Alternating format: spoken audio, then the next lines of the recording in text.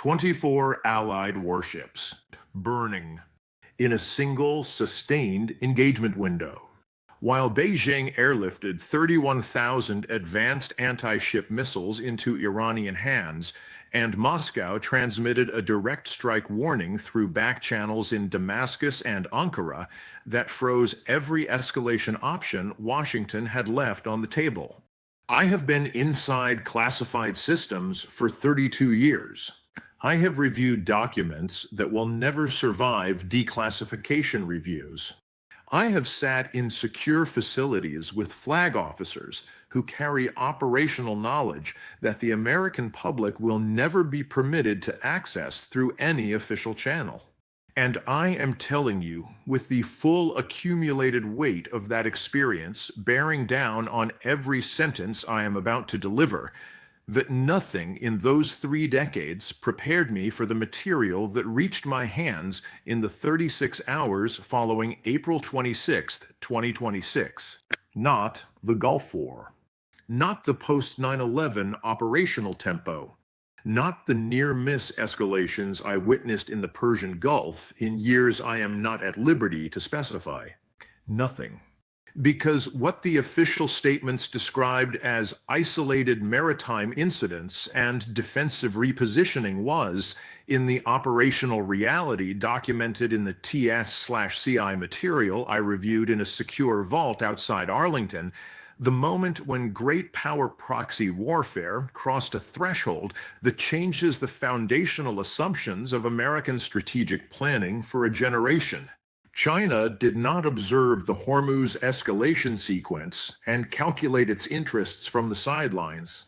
China made a deliberate, coordinated, industrially executed decision to deliver 31,000 advanced anti-ship missiles into Iranian hands under the cover of humanitarian aid convoys, while Russia simultaneously transmitted through back-channel intermediaries in Damascus and Ankara an explicit warning that any American counter-escalation against Iranian assets would trigger direct kinetic responses from Russian forces operating in Syria and the broader regional theater.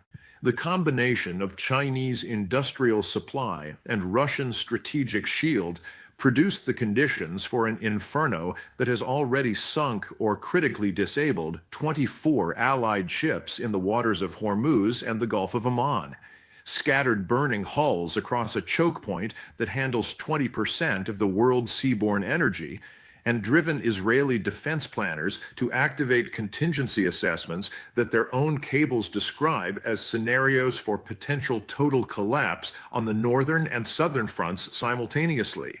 The official communications framework produced phrases like heightened vigilance and defensive repositioning.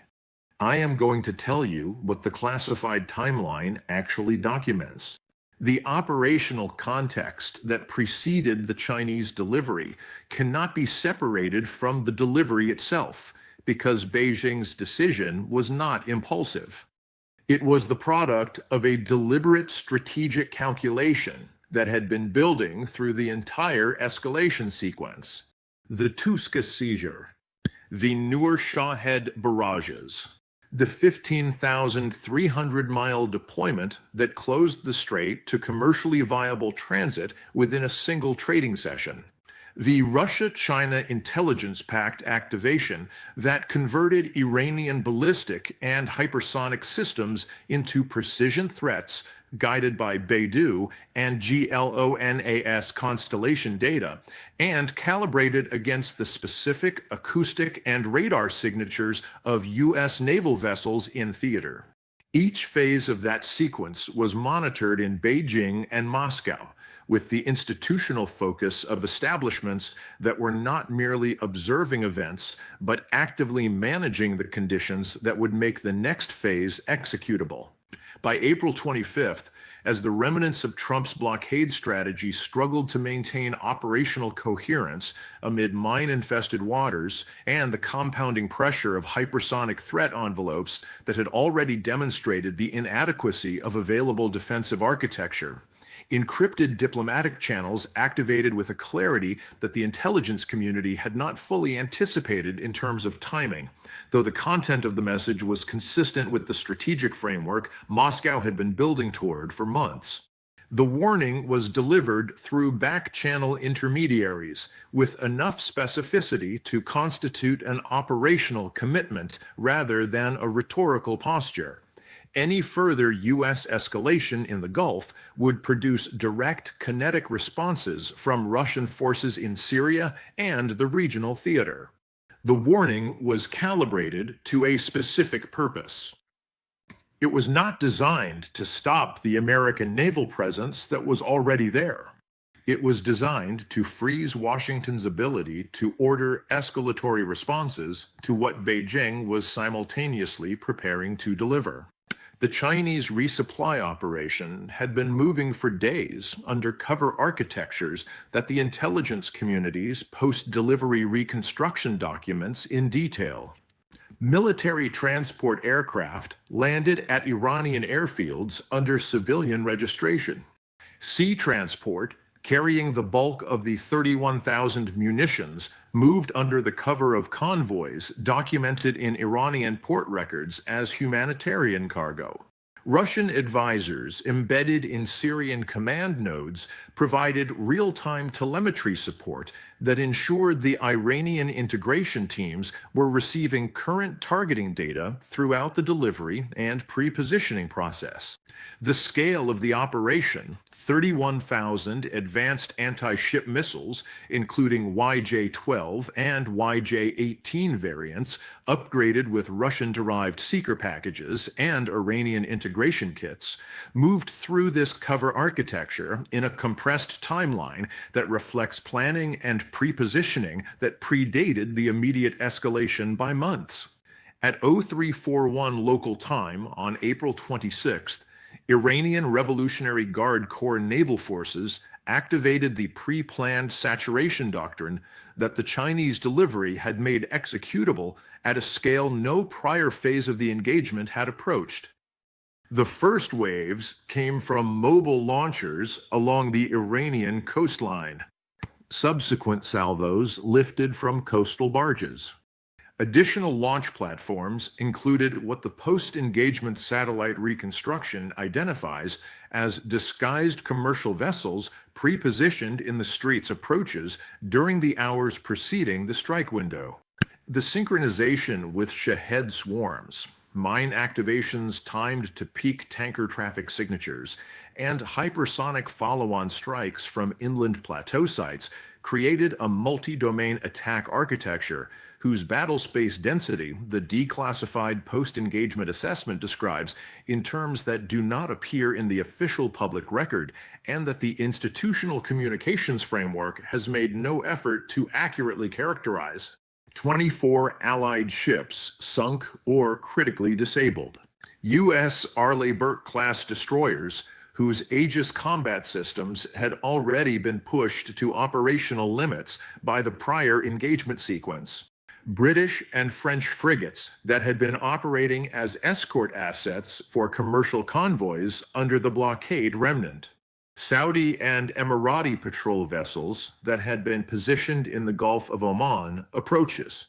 Commercial tankers under escort, whose unarmored commercial hulls were never designed to absorb the detonation of supersonic anti-ship warheads traveling at Mach 3 and above. Burning hulls scattered across the strait, oil slicks extending for miles across waters visible in satellite imagery that was leaked through back channels before Washington's public affairs operation had assembled a coherent narrative response. 31,000 missiles, 24 Allied ships, and a Russian direct strike warning that turned every American escalation option into a potential pathway to direct great power confrontation. What do the technical realities tell us that the public briefings will never acknowledge? The Chinese anti-ship missile variants delivered to Iran in this operation are not the legacy export-grade systems that American defense planning had historically modeled as the upper bound of what Beijing would transfer to regional proxies under conditions of escalation. The YJ-12 is a supersonic, air-launched anti-ship missile capable of Mach 3 and above in its terminal phase, carrying a warhead designed for penetration of armored naval hulls with a sea-skimming terminal profile that compresses the intercept window available to shipborne defense systems to seconds. The YJ-18 is a subsonic cruise missile in its initial phase that transitions to supersonic speed in the terminal phase, specifically engineered to defeat the engagement geometry of close-in defense systems by delaying the high-speed terminal sprint until the intercept opportunity has been degraded. Both variants delivered to Iran in this operation were upgraded with Russian-derived seeker packages and calibrated with the targeting coordinates and electronic warfare countermeasure protocols provided through the intelligence-packed architecture that had already been activated in the prior engagement phase. The per-unit cost of these systems to China, absorbing the research and development amortization across a production run scaled for its own military requirements, is a fraction of the hundreds of millions of dollars required to field a single modern warship and the tens of millions required to field a single advanced interceptor missile. 31,000 units delivered to Iran represent a Chinese investment that, even at generous estimates of transfer cost and logistical overhead, sits in the low to mid-billions. The defensive munitions expended by Allied ships in the engagement, the environmental cleanup from ruptured tankers releasing millions of barrels of crude into the strait, the vessel replacement costs for 24 sunk or critically disabled Allied ships, and the operational cost of maintaining presence under continuous threat conditions collectively exceed tens of billions in the first 48 hours alone, with compounding costs extending across replacement timelines measured in years. Technical analysis of intercepted telemetry and recovered fragments in the classified material reveals that Chinese engineers incorporated Russian-derived plasma stealth enhancements into the upgraded seeker packages, reducing the radar cross-section signature of the missiles in their terminal phase precisely at the moment when Aegis engagement solutions are most dependent on accurate track maintenance. AI-driven swarm coordination algorithms allowed the missile salvos to perform dynamic retargeting against the Allied formation, even after initial command links between Iranian launch platforms and their control nodes were disrupted by American electronic warfare responses. The missiles did not require a continuously maintained command link to complete their engagement. They required only the initial targeting solution derived from the intelligence pack's satellite and acoustic data, and the onboard guidance architecture handled terminal engagement autonomously against the specific hull signatures they had been programmed to prioritize. The attack architecture that emerged from the fusion of 31,000 Chinese missiles with the existing mine threat, the Shahed swarm layer, and the hypersonic follow-on capability was not a single massed launch. It was a rolling, orchestrated inferno sustained over hours, with fresh salvos cycling from inland bases and coastal pre-positioned platforms at rates that prevented the depleted Allied magazines from being the limiting constraint on the engagement timeline. Some missiles carried high explosive penetrators specifically tuned for hull breach profiles against destroyer-class vessel armor specifications. Others functioned as dedicated electronic warfare delivery vehicles, flooding the battle space with jamming noise and deploying decoys that drew intercept fire from the remaining SM-6 and ESSM rounds in Allied magazine inventories. The combination of kinetic and electronic effects created engagement conditions that the post-strike assessment, reviewed in the classified material, describes as having exceeded the operational parameters within which current Allied naval doctrine was designed to function. The post-strike assessment does not characterize the outcome as a failure of individual system performance or crew competence. It characterizes it as the product of a deliberate adversary strategy designed around the specific capability gaps and magazine constraints of the Allied defensive architecture, executed at a scale and complexity that current doctrine had not been exercised to manage. That distinction matters because the institutional response to a failure of individual system performance is procurement and maintenance. The institutional response to a failure of doctrine against a deliberately designed adversary strategy requires something more fundamental, and the classified recommendation that emerges from the after-action review addresses precisely that distinction in terms whose directness is unusual for documents of that classification level. What are the deeper geopolitical implications for America's position in the world order? Brent crude surged 41% in the last trading session before the full scope of the engagement became visible through leaked satellite imagery and foreign intelligence reporting that bypassed the American containment effort. 41% in a single session.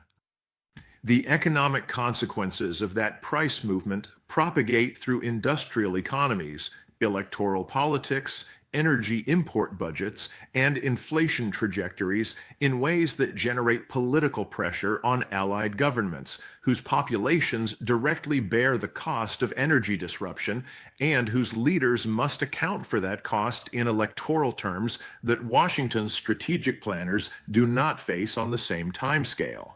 Japan, South Korea, the United Kingdom, France, India, and the Gulf monarchies collectively represent the alliance architecture within which American strategic primacy has operated for decades. Each of those partners received the 41% crude surge as both an economic shock and a strategic signal, and the private assessments circulating in each of those capitals in the hours following the engagement were not the public statements that Allied governments coordinated with Washington before releasing. The private assessments questioned, in the precisely calibrated language that professional diplomacy uses when governments have begun updating their strategic assumptions at a fundamental level, whether the American commitment to protect commercial shipping and Allied naval assets in the Persian Gulf retains the operational credibility that decades of alliance management had treated as a settled question. The imagery that leaked despite containment efforts, burning Allied warships in configurations that satellite reconnaissance captured with devastating clarity, British and French frigate hulls listing in Gulf waters alongside American destroyers whose Aegis systems had been pushed beyond their operational design envelope, oil slicks from ruptured tankers extending across the strait in visible plumes, desperate rescue flotillas operating under continuous missile and drone harassment circulated through defense ministries from Tokyo to London to Riyadh in the hours before Washington had constructed a second paragraph of its first official statement. The message those images delivered was empirically grounded in a way that no communication strategy could fully counter. The world's most capable Allied naval coalition had lost 24 ships to a regional actor armed with Chinese industrial quantities of precision munitions and shielded by a Russian direct strike warning. That is not a message about Iranian capability. It is a message about the strategic architecture that Beijing and Moscow have constructed and demonstrated their willingness to activate. Every actor with alignment to or dependence on either of those capitals received that message simultaneously and is now processing it through its own strategic planning framework with the clarity that prior theoretical assessments of great power proxy warfare had not produced.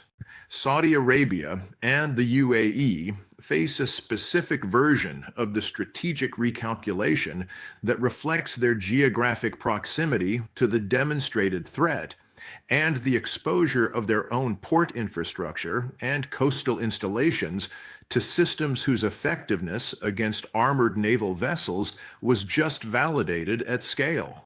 The conversations with Beijing about comprehensive security pacts that had been underway for some time accelerated with an urgency that the prior escalation phases had not produced, because the Chinese delivery of 31,000 anti-ship missiles demonstrated something that prior conversations had treated as a future capability. Beijing's demonstrated willingness to deploy its industrial-scale missile production in support of a regional partner's strategic objectives against American and allied forces. That demonstration changes the risk calculus in Gulf capitals in specific and consequential ways that existing alliance arrangements had not anticipated.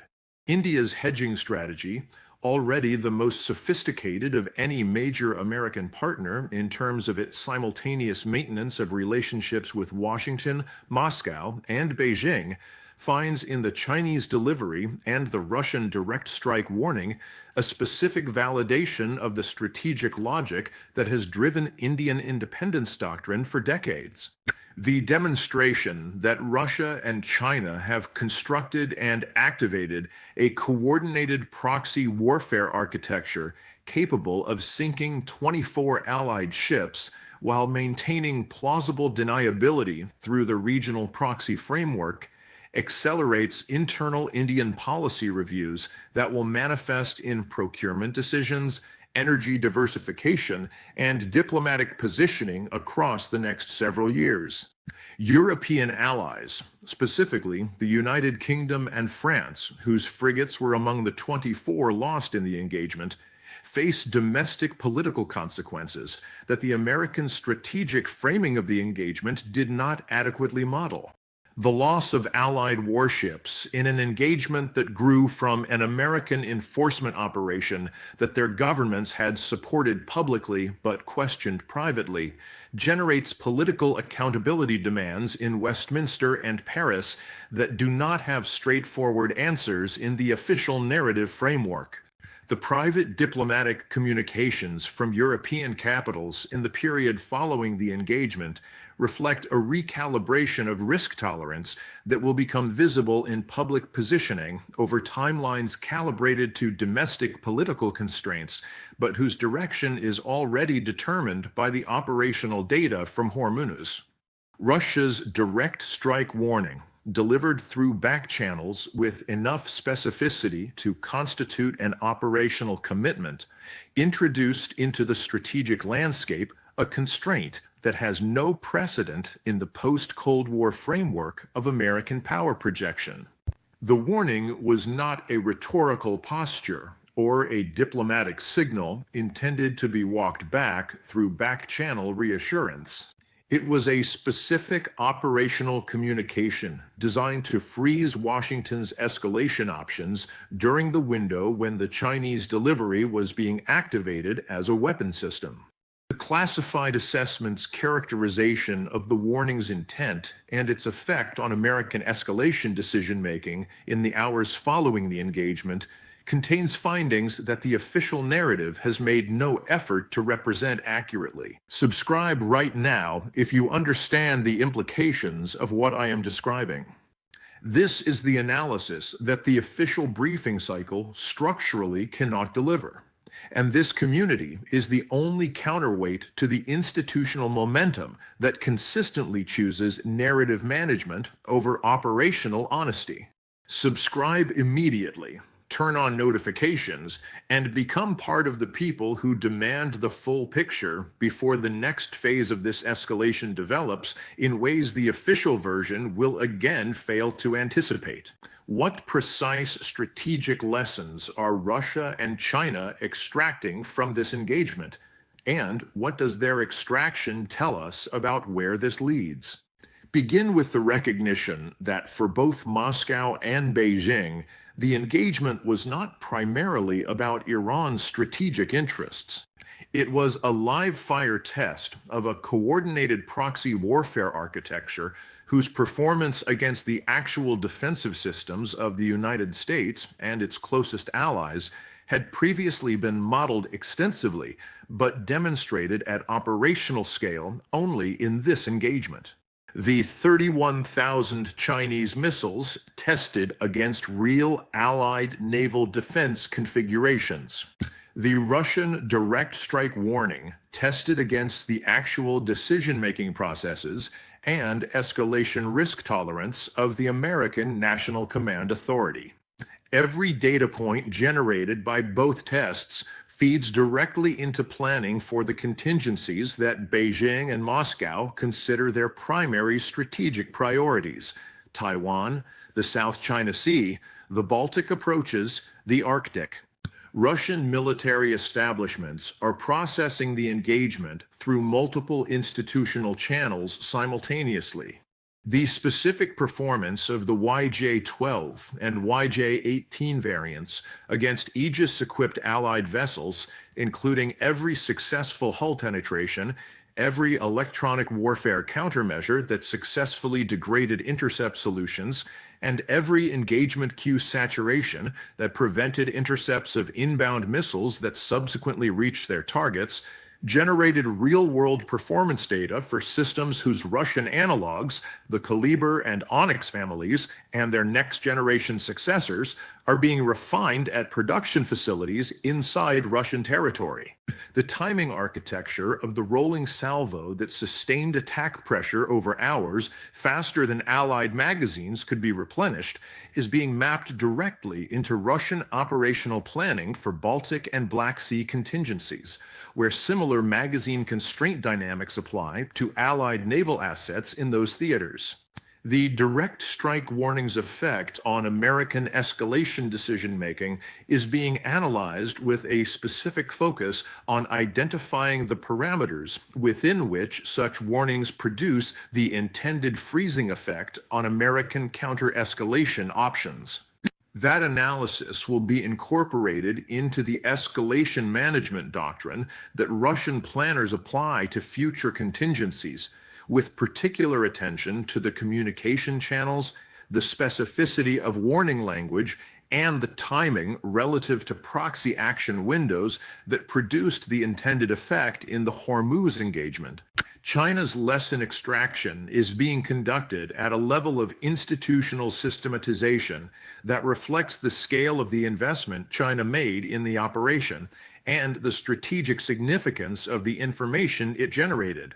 The People's Liberation Army Navy and the People's Liberation Army Rocket Force are jointly processing every performance parameter of the YJ-12 and YJ-18 systems in the actual engagement conditions against Allied naval defense architecture.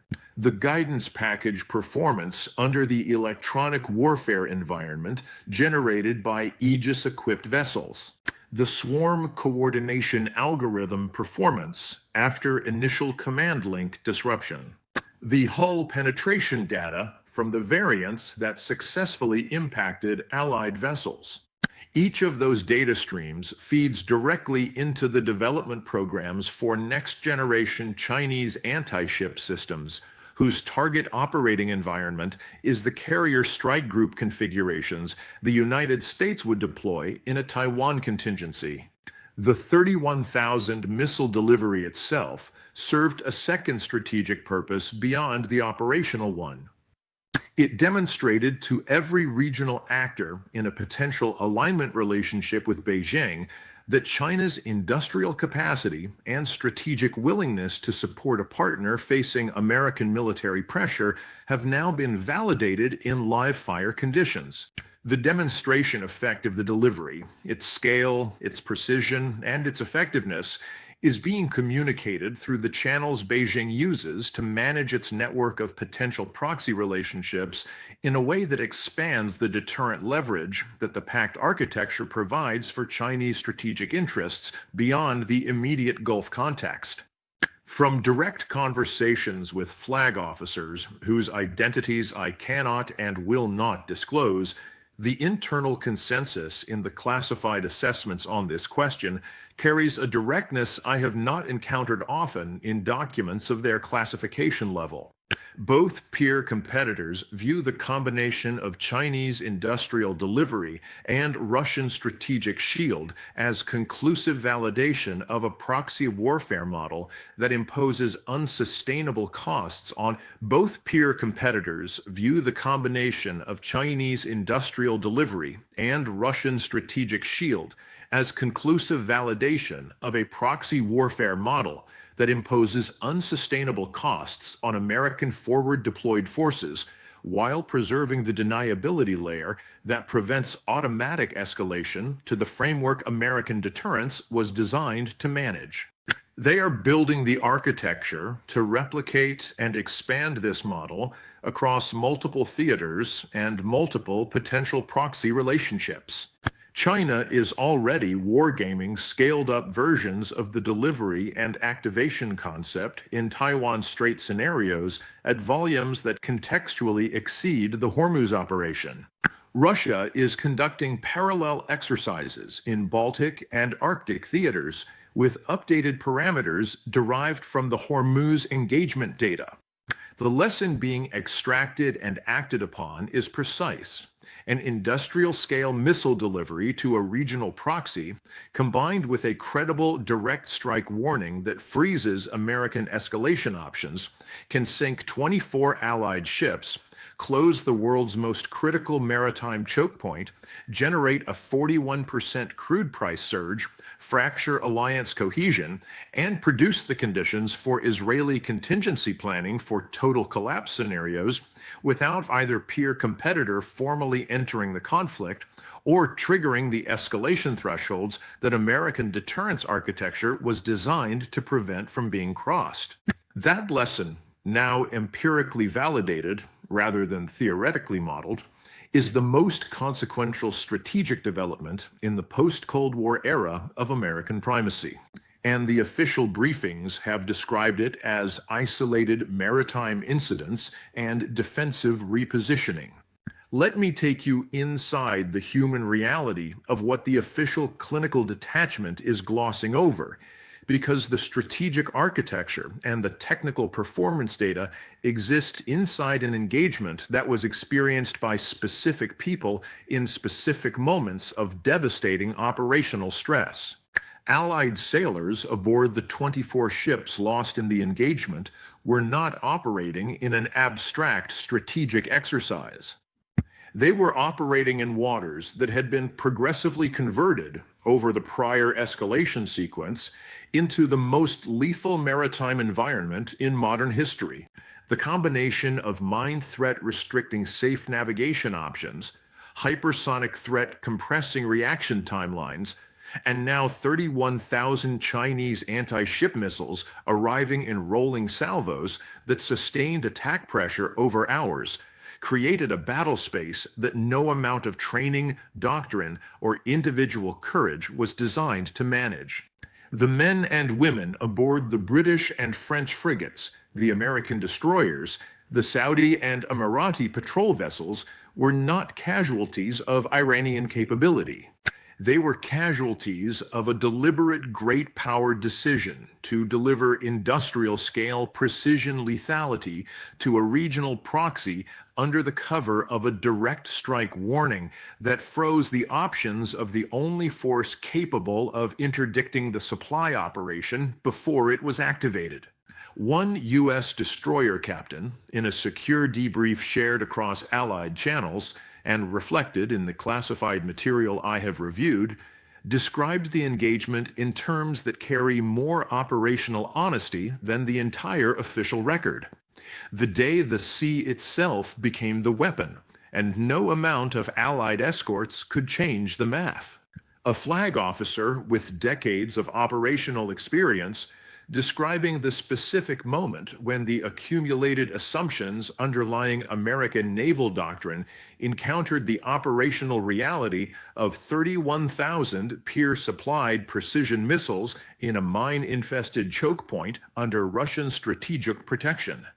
The environmental consequence compounds the operational tragedy in ways that will persist across decades. Ruptured tankers releasing millions of barrels of crude into the Strait's narrow waters create a pollution concentration in one of the world's most ecologically sensitive maritime environments that affects regional fisheries, coastal water quality, and the long-term commercial viability of Gulf port infrastructure, regardless of how the immediate strategic crisis resolves. The rescue operations conducted under continuous missile and drone harassment converted what should have been coordinated emergency procedures into high-casualty engagements where personnel attempting to reach survivors of struck vessels were themselves operating under active threat conditions. In Israel, the activation of contingency assessments for total collapse scenarios on the northern and southern fronts simultaneously has begun displacing families from Galilee and Golan Heights communities whose vulnerability to a coordinated Hezbollah and Iranian proxy assault has been documented in classified assessments for years as a scenario contingent on exactly the kind of regional crisis conditions that the Hormuz Inferno has created. The Israeli defense establishment's internal characterization of the scenario it is now managing, reflected in the cable traffic visible in the classified material, describes the compounding of a paralyzed Hormuz, degraded American operational capacity in the Gulf, and emboldened Iranian proxy networks on the northern border as a threat configuration that challenges the foundational assumptions of Israeli defensive doctrine in ways that previous conflicts had not forced Israeli planners to confront simultaneously. Trump's blockade strategy did not fail because of insufficient American commitment or inadequate individual naval system performance in isolation. It failed because it was constructed on strategic assumptions that the escalation sequence was specifically designed by both Iran and its great power backers to invalidate in sequence. The assumption that sustained American naval presence deters Iranian escalation. The assumption that the escalation calculus of a regional actor is bounded by its indigenous capabilities rather than the industrial capacity of its great power partners.